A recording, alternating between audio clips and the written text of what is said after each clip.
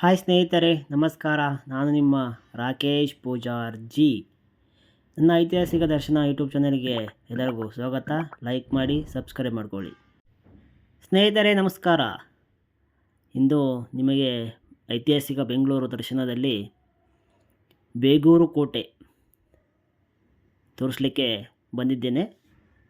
ಬೇಗೂರು ಕೋಟೆ ಇದು ಬೆಂಗಳೂರಿನಿಂದ 19 ಕಿಲೋಮೀಟರ್, ಅಂದರೆ ಬೆಂಗಳೂರು ಚೆನ್ನೈ ಅಂದರೆ ಹೊಸೂರು ಹೋಗುವ ಮಾರ್ಗ ಮಧ್ಯದಲ್ಲಿ ಎಲೆಕ್ಟ್ರಾನಿಕ್ ಸಿಟಿ ಮತ್ತು ಕೂಡ್ಲು ಗೇಟ್ ಮಾರ್ಗ ಮಧ್ಯದಲ್ಲಿ ಬರುವಂಥ ಒಂದು ಊರು ಬೇಗೂರು.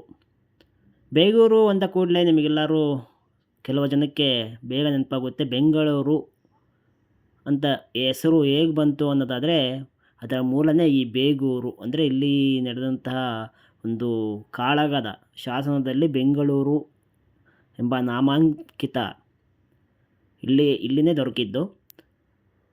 ಈ ಕೋಟೆ ತುಂಬ ನಿರ್ಲಕ್ಷ್ಯಕ್ಕೆ ಒಳಗಾಗಿದೆ ನೋಡಿ. ಇದು ಕೋಟೆಯ ಮುಂಭಾಗ, ಅಂದರೆ ಹೋಗುವಂಥ ಮಾರ್ಗ. ಕೋಟೆ ಯಾವುದೇ ಸಂರಕ್ಷಣೆ ಇಲ್ಲದೆ ಹಾಳಾಗಿ ನಿರ್ಜನ ಪ್ರದೇಶ. ಅಂದರೆ ಹುಡುಗರೆಲ್ಲ ಆಟ ಆಡೋಕ್ಕೆ ಬರ್ತಾರೆ ಇಲ್ಲಿ, ತುಂಬ ಜನ ಇದ್ದಾರೆ. ಆದರೆ ಇದನ್ನು ಉಳಿಸ್ಕೊಳ್ಳೋ ಒಂದು ಧ್ಯೇಯ, ಯಾವುದೇ ಉತ್ಸಾಹ ಇಲ್ಲಿನವರಿಗೆ ಇಲ್ಲ ಅಂತ ನನಗೆ ಕಾಣಿಸುತ್ತೆ. ಇದು ಚಿಕ್ಕ ಚಿಕ್ಕ ಮೂರ್ತಿಗಳ ಕೆತ್ತನೆ ಮಾತ್ರ ಇದೆ, ಅಂದರೆ ಅಷ್ಟೊಂದು ಕೆತ್ತನೆಗಳಿಲ್ಲ. ಇಲ್ಲಿ ನೋಡಿ, ಇಲ್ಲಿ ಯಾವುದೋ ಒಂದು ಕೋಣೆ ಥರ ಮಾಡಿದ್ದಾರೆ. ಇದು ಇತ್ತೀಚೆಗೆ ಈಗ ಮಾಡಿರೋದು. ಅದರಲ್ಲೂ ಪೈಪ್ ಹಾಕಿದ್ದಾರೆ ಅದರಲ್ಲಿ ನೋಡಿ. ಅಲ್ಲಿ ಯಾವುದೋ ಒಂದು ಸಣ್ಣ ಮೂರ್ತಿ ಕೆತ್ತನೆ ಇದೆ, ನೋಡ್ಬೋದು. ಕಂಬಗಳು ನಾರ್ಮಲ್ ಕೆತ್ತನೆಗಳು. ಅಂದರೆ ಒಂದು ಕೋಟೆಯನ್ನು ಕಟ್ಟಲಿಕ್ಕೆ ಹೇಗೆ ಬಳಸ್ತಾರೋ ಹಾಗೆ ಬಳಸಿದ್ದಾರೆ. ಅಲ್ಲಿ ಯಾವುದೋ ಸಣ್ಣ ಸಣ್ಣ ಕೆತ್ತನೆಗಳಿವೆ, ಎಲ್ಲ ಹಾಳಾಗೋಗಿವೆ ಇತ್ತೀಚೆಗೆ.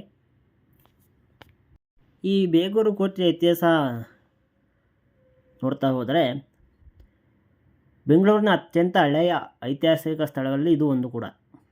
ಇದು ಗಂಗಾ ಮತ್ತು ಚೋಳರ ಆಳ್ವಿಕೆಯಲ್ಲಿ, ಅಂದರೆ ತಲಕಾಡಿನ ಗಂಗರು ಮತ್ತು ಚೋಳರ ಆಳ್ವಿಕೆಯಲ್ಲಿ ಈ ಸ್ಥಳ ಅಂದರೆ 9ನೇ ಇಲ್ಲ 10ನೇ ಶತಮಾನದಲ್ಲಿ ನಿರ್ಮಿಸಲಾಗಿದೆ ಅಂತ ಹೇಳ್ತಾರೆ.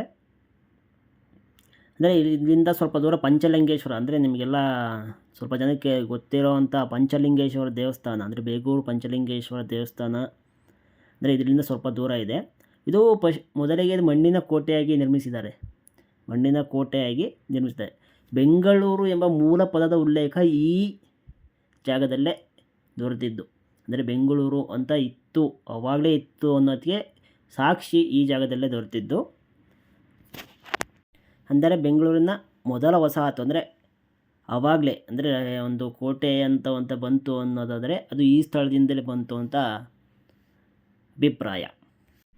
ಮತ್ತು ಇದು ಗಂಗರ ಆಳ್ವಿಕೆಯಲ್ಲಿ, ಅಂದರೆ 6ರಿಂದ 9ನೇ ಶತಮಾನ ಇದು ಒಂದು ಪ್ರಮುಖ ಕೇಂದ್ರವಾಗಿತ್ತು ಅಂತ ಹೇಳಲಾಗ್ತದೆ. ಗಂಗಾ ಮತ್ತು ಚೋಳರ ಕಾಲದಲ್ಲಿ ಇದು ಅಭಿವೃದ್ಧಿಯಾಗಿ ನಂತರ ಬಂದಂಥ ಒಂದು ರಾಜರ ಕಾಲದಲ್ಲಿ ಇದು ಮೂಲೆ ಗುಂಪಾಗಿ ಹೋಗಿದೆ ಅನ್ನೋದು ಒಂದು ಅಭಿಪ್ರಾಯ. ಇದು 1100 ವರ್ಷಗಳಷ್ಟು ಹಳೆಯದಾದ ಒಂದು ಬೆಂಗಳೂರು ಎಂಬ ಹೆಸರನ್ನು ಸೂಚಿಸ್ತಕ್ಕಂತಹ ಒಂದು ಸ್ಥಳವಾಗಿದೆ.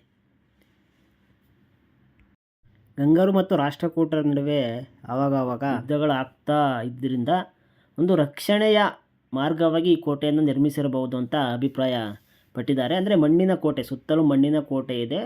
ಒಂದು ದ್ವಾರ ಬಾಗಿಲು, ಅಂದರೆ ಬಾಗಿಲು ಕೂಡ ಸಹ ಇದೆ.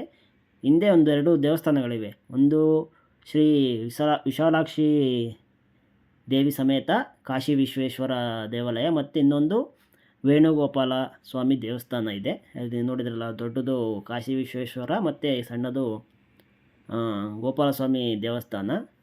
ಅಂದರೆ ಇಲ್ಲೊಂದು ಪುರಾತನವಾದ ಬಾವಿ ಕೂಡ ಇದೆ, ಅದನ್ನು ನಿಮಗೆ ತೋರಿಸ್ತೇನೆ. ಅಂದರೆ ಅಷ್ಟೇನು ಸಂರಕ್ಷಿತವಾದಂಥ ಸ್ಥಳ ಅಲ್ಲ, ತುಂಬ ಹಾಳಾಗೋಗಿದೆ. ಸೈಡಲ್ಲೆಲ್ಲೋ ಅಪಾರ್ಟ್ಮೆಂಟು ಎಲ್ಲ ಹಿಂದೆ ಕ್ವಾರಿ ಥರ ಇದಾಗಿದೆ. ಬನ್ನಿ, ಇಲ್ಲೊಂದು ಹಳೆಯ ಕಾಲದ ಬಾವಿ ಇದೆ, ನೋಡೋಣ. ತುಂಬ ಆಳ ಇದೆ, ಹುಷಾರಾಗಿ ನೋಡಬೇಕು. ಚಿಕ್ಕ ಮಕ್ಕಳೆಲ್ಲ ಬರ್ತಾರೆ. ಇದಕ್ಕೊಂದು ಸಂರಕ್ಷಣೆ ಥರ ಏನಾದ್ರು ಮಾಡಿದರೆ ಒಳ್ಳೆಯದು. ಒಳಗೆ ಇನ್ನೂ ನೀರಿದೆ ನೋಡಿ, ಎಷ್ಟು ಆಳ ಇದೆ ಅಂತ. ಅಂದರೆ ಇಲ್ಲ ಮಿಸ್ಸಾಗಿ ಬಿದ್ದೋದೆ ಅಂದರೆ ಕೈ ಸಿಗೋಲ್ಲ, ಕಾಲಿಗೂ ಸಿಗೋಲ್ಲ. ತುಂಬ ಉದ್ದ ಕಟ್ಟಿದ್ದಾರೆ ಮತ್ತು ಅಷ್ಟೇ ಆಳ ಕೂಡ ಇದೆ ನೋಡಿ. ಇನ್ನೂ ನೀರಿದೆ. ಅಂದರೆ ಹಬ್ಬ ಹರಿದಿನಗಳಲ್ಲಿ ಇಲ್ಲಿಂದ ನೀರನ್ನು ತಗೊತಾರಂತ. ಅಂದರೆ ದೇವಸ್ಥಾನದ ಪಕ್ಕದಲ್ಲೂ ಒಂದು ಬಾವಿ ಇದೆ, ಇಲ್ಲಿ ಒಂದು ಬಾವಿ ಕೂಡ ಇದೆ ನೋಡಿ. ಅದನ್ನ ನೀರೇ ಸೇದಲಿಕ್ಕೆ ಅವಾಗಿನ ಕಾಲದ ಒಂದು ಇದನ್ನಾಗ್ತಿದ್ವಲ್ಲ, ಗಾಲಿ ಥರ, ಅದನ್ನಾಗೋಕ್ಕಲ್ಲಿ ಒಂದು ಇಂಜಿದೆ ನೋಡಿ ಒಳಗೆ.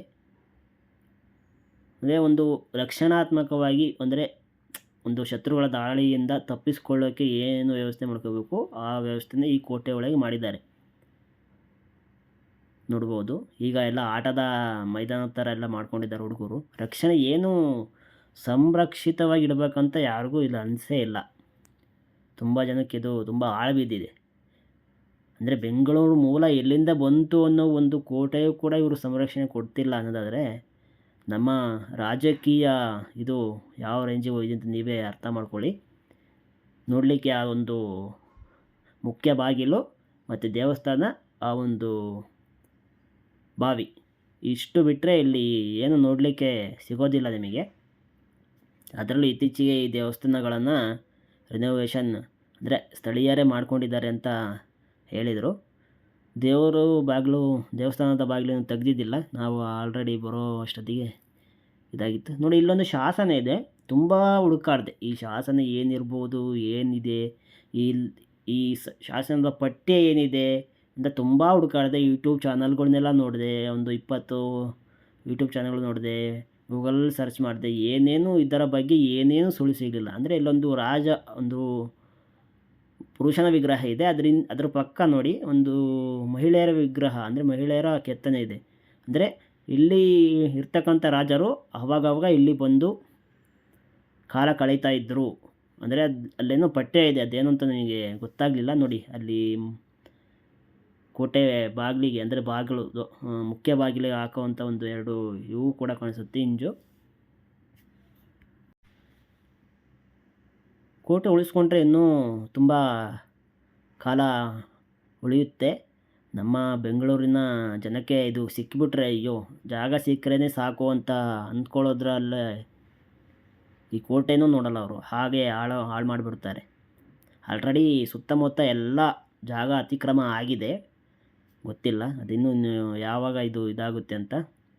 ದೇವಸ್ಥಾನ ಒಂದು ಸುಸಜ್ಜಿತವಾಗಿ ಮಾಡಿದ್ದಾರೆ ಇತ್ತೀಚೆಗೆ. ಒಂದು ಬಲಿಪೀಠ, ಒಂದು ಕಂಬ, ದೇವಸ್ಥಾನದ ಒಳಗೇನು ತುಂಬ ಚೆನ್ನಾಗಿ ಮಾಡಿದ್ದಾರೆ. ನೋಡಿದೆ ನಾನು ದೇವಸ್ಥಾನದ ಒಳಗೆ.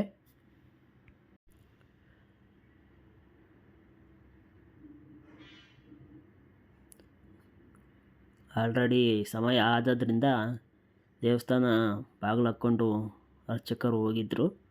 ದೇವಸ್ಥಾನದ ಒಳಗೆ ನಿಮಗೆ ತೋರಿಸ್ಲಿಕ್ಕಾಗಿಲ್ಲ. ಅಲ್ಲೊಂದು ಮೂರ್ತಿ ಇದೆ, ಅದು ಇವಾಗ ಮಾಡಿರೋದು ಇಲ್ಲ ಅವಾಗಲಿದ್ದು ಗೊತ್ತಿಲ್ಲ. ಒಳಗೆ ಮಾತ್ರ ಚೆನ್ನಾಗಿ ಇಟ್ಕೊಂಡಿದ್ದಾರೆ. ಕೋಟೆ ಅದೇನಾಯಿತು ಗೊತ್ತಿಲ್ಲ, ಬಟ್ ಒಳಗೆ ಮಾತ್ರ ಚೆನ್ನಾಗಿ ಇಟ್ಕೊಂಡಿದ್ದಾರೆ.